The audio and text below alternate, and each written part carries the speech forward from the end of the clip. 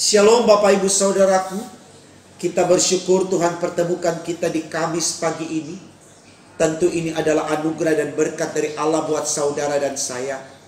Maka mari kita yang kembali mengalami kasih karunia Tuhan ini, kita bawa kesediaan kita untuk mempermuliakan namanya di hari ini. Lewat firman yang kita baca, kita renungkan, dan mari kita lakukan dengan iman di dalam Yesus Kristus. Mari saudaraku kita awali perenungan firman di pagi ini dengan doa. Mari kita berdoa.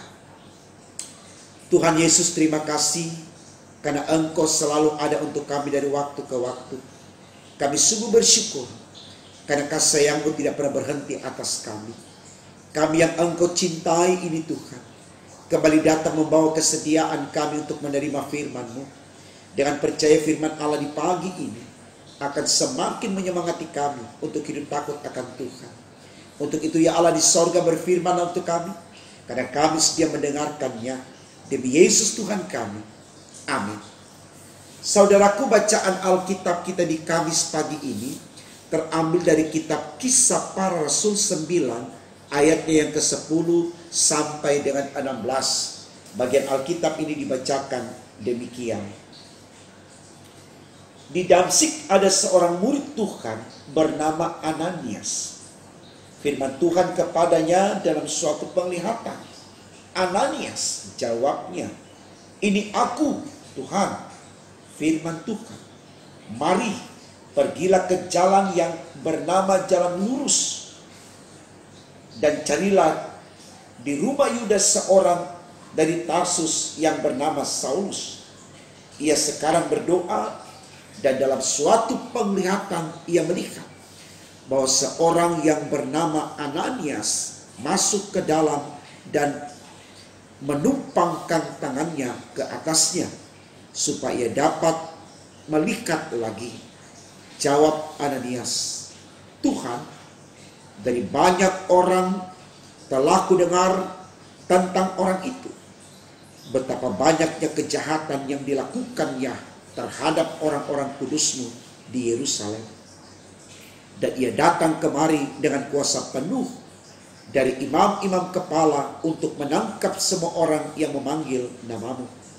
Tetapi firman Tuhan kepadanya, pergilah, sebab orang ini adalah alat pilihan bagiku untuk memberitakan namaku kepada bangsa-bangsa lain serta raja-raja dan orang-orang Israel.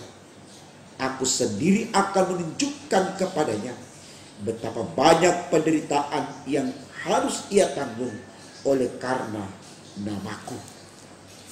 Saudaraku, tema khotbah kita di Kamis pagi ini dituliskan demikian dalam Sabda Bina Umat, menjadi alat Tuhan. Menjadi alat Tuhan. Kalau saya boleh mewakili Bapak Ibu Saudaraku, tema ini baik, sangat baik sekali untuk kita maknai, ya. Kenapa demikian saudaraku? Karena menjadi alat Tuhan itu sesuatu yang wajib dimiliki oleh anak-anak Tuhan. Karena memang kita hadir di dunia ini saudaraku sebagai mitra Allah, sebagai rekan sekerja Allah. Artinya menjadi rekan dan kawan sekerja atau mitra Allah, kita harus bersedia menjadi alat Tuhan. Ya. Tidak mungkin seorang mitra dia tidak mau bekerja untuk mitranya. Tidak, dia harus mau terlibat secara aktif dalam ruang kerja dengan mitranya.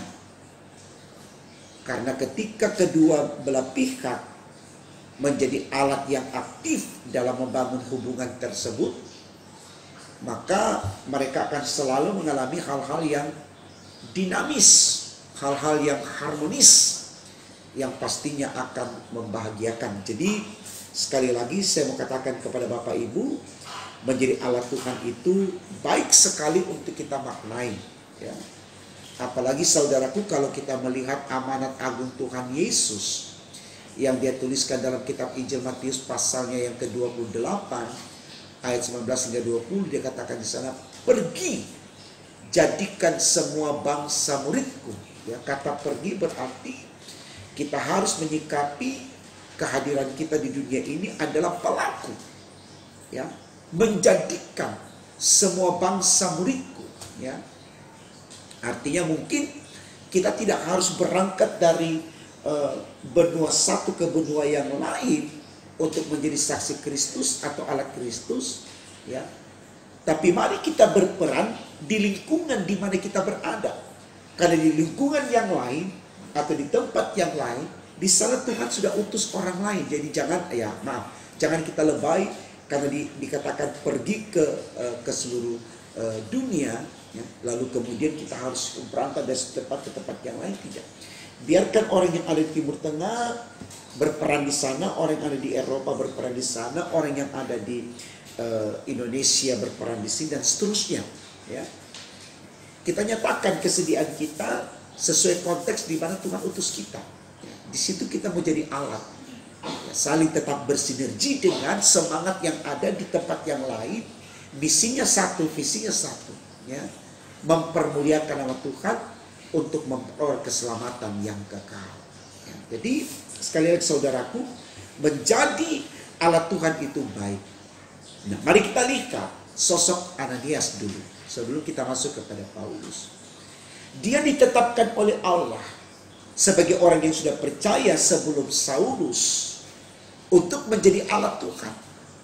Menyampaikan sesuatu sesuai pesan yang dilihat oleh Saulus pada waktu berjumpa dengan Allah atau dengan Tuhan, bahwa akan ada seorang yang bernama Ananias akan datang menumpangkan tangan kepadanya. Tapi mari kita lihat saudaraku, hanya karena konteks yang dia hadapi menurutnya tidak menguntungkan atau bisa dikatakan mengancam jiwanya, dia enggan untuk melakukan tugas ini. Sementara firman Tuhan sudah katakan, baik atau tidak baik waktunya, kita harus menyampaikan firman Allah. Jadi kita tidak berbicara tentang diri kita lagi, tapi tentang keinginan Allah. Ya. Kita mengingat kisah tentang Yunus ketika Allah perintahkan untuk ke Niniwe. Dia katakan, wah, ngapain saya ke Niniwe? Orang yang sangat bejat, dosanya banyak, tidak pantas untuk diampuni dan diberitakan firman di sana. Ini dia pakai logika dia pakai akal dia pakai pikiran dia. Tapi Tuhan bilang tidak. Kamu mau lari sejauh manapun saya akan tangkap engkau. Karena kehendakku tidak bisa dibantah oleh siapapun. Karena dari kandungan ibumu aku sudah bentuk engkau. Engkau harus mengikuti apa yang diinginkan Allah. Mau selalu menjadi alat Tuhan. Tema khotbah kita katakan demikian. Dengan cara yang luar biasa Tuhan menangkap Yunus. Selama 3 hari dia ada di perut ikan. Ini ajaib sekali saudaraku. Dan akhirnya Yunus menyadari bahwa dia tidak harus membantah Tuhan. Dia mau menjadi alat Tuhan. Akhirnya dia pergi ke Niniwe. Nah ini juga yang dialami oleh Ananias. Alasannya, Tuhan, apakah engkau tidak tahu siapa ini Saulus? Dia yang akan datang ke sini lewat surat yang diberikan mahkamah atau imam besar. Untuk menangkap kami, menganiaya kami, membunuh kami. Sekarang engkau suruh aku ke sana. Tuhan bilang tidak. Jangan pikirkan apa yang kau pikirkan, tapi lakukan apa yang aku katakan. Mau jadi alat Tuhan, pergi. Engkau akan lihat, bisa dikatakan Tuhan membilang kepada Ananias, engkau akan lihat kuasaku yang akan terjadi kepada Saulus. Di situ aku akan menyatakan kuasaku kepadanya. Dan akhirnya saudaraku, proses ini terjadi seperti yang Tuhan inginkan. Dan lewat semua yang terjadi, di situ kita bisa lihat. Dari Saulus yang kejam, sangat bejat, tidak bermoral, tidak beriman, berubah menjadi Paulus yang betul-betul di totalitas hidupnya dia beri diri tanpa pamrih. Dia tulus, dia jujur, dia ikhlas melakukan pelayanan Tuhan. Diancam untuk dipenjara pun dia tidak enggan untuk melakukan terus pelayanan ini. Karena dia tahu masa lalunya adalah sebuah kesia-siaan. Kini waktunya aku hidup menjadi alat Tuhan seperti tema khotbah kita. Makanya dalam Filipi pasal 1 ayat 22 Paulus katakan, kalau aku harus hidup, aku harus memberi buah. Tidak ada alat ukur yang dipakai oleh Paulus untuk membenarkan kemalasannya. Yang dia tahu sepanjang waktu yang dia jalani hanya untuk melayani. Seperti moto Tuhan Yesus, dia katakan, aku datang bukan untuk dilayani tapi untuk melayani. Mari saudaraku, apapun keadaan saudara, di kantor, di masyarakat, dalam rumah, apa saja tugas saudara, aminkan itu sarana pembuktian bagi saudara dan saya untuk menyatakan kesediaan kita sebagai alat Tuhan. Jadi bukan hanya di gereja, tapi di kantor. Lakukanlah tugas kita di kantor dengan baik, supaya orang yang melihat cara kerja anak-anak Tuhan, wow, mereka memberi apresiasi luar biasa.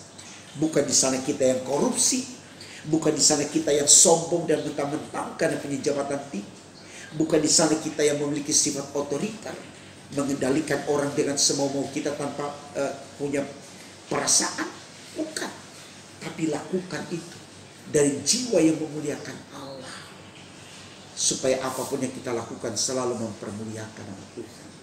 Sekali lagi saudara, tema khotbah kita ini baik untuk kita renungkan dan kita maknai, supaya kita mau menjadi alat Tuhan di masa pandemi sekalipun, ataupun di masa-masa yang akan datang. Dalam situasi apapun, kita harus tetap bersedia menjadi alat Tuhan. Maka upahnya adalah surga. Semangat untuk itu saudaraku. Berjuanglah dalam hidup ini hanya untuk mempermuliakan nama Allah. Maka engkau dan saya akan diberkati. Tuhan memberkati firman-Nya. Amin. Mari kita berdoa saudara. Tuhan Yesus, terima kasih. Engkau sudah berkati kami lewat firman di pagi ini. Kami sungguh bersyukur.